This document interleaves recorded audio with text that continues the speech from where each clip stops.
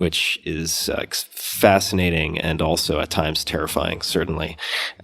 Let me ask you, if I may, what other investors, aside from Warren Buffett, impress you? And they could be people who are no longer actively investing.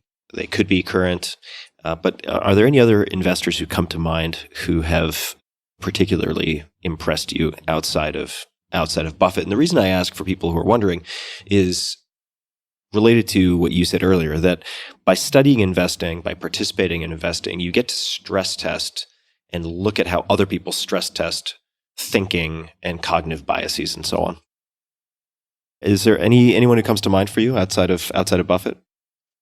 There are people in the hedge fund world who have done remarkable jobs at various times, but they're not accessible to your listeners or to most people. For example, let's take Jim Simons of Renaissance. Right. Renaissance Partners is basically a private operation at this point, but it's been extraordinarily successful. It uses PhDs in computers and math and code breaking and so forth, and it has, from around 1989 or 90 on, been spectacular in its performance. Probably the best risk-adjusted record in the world from that time forward.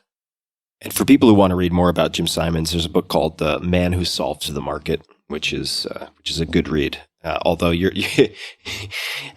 probably not going to be able to, as you mentioned, Ed, emulate the sort of quant approach that he is taking for 1,000,001 reasons. But absolutely fascinating story. Any other names who come to mind? Well, I'm trying to think of who I would give money to invest. I don't have anybody now that I'd give money to invest. There are a few good hedge funds around, but they take too much for the general partner and leave too little for the limited partner.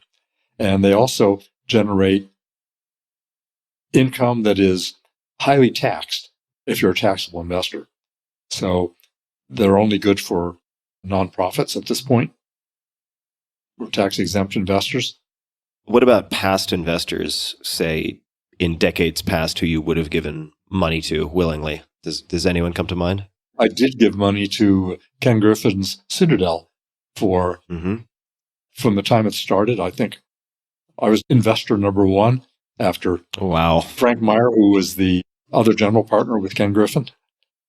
Frank Meyer was a longtime friend of mine from the past, so that's how I learned about it. And actually had Ken Griffin out to the house when he was about 18 or 19, and just starting up with Frank, and talked to them about how my hedge fund, Princeton Newport, worked. And we discussed at some length the idea of profit centers and subsidiary businesses. And I handed him boxes of prospectuses that were hard to get on all kinds of convertible securities.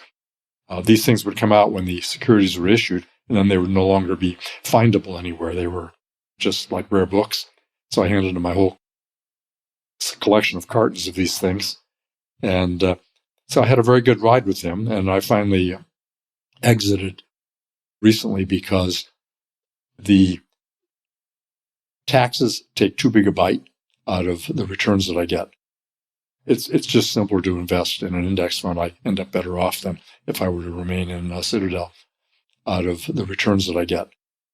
It's just simpler to invest in an index fund. I end up better off than if I were to remain in Citadel. Also, it's complicated. You get all kinds of papers. I had 4 feet of paperwork when I finally boxed it all up at the end.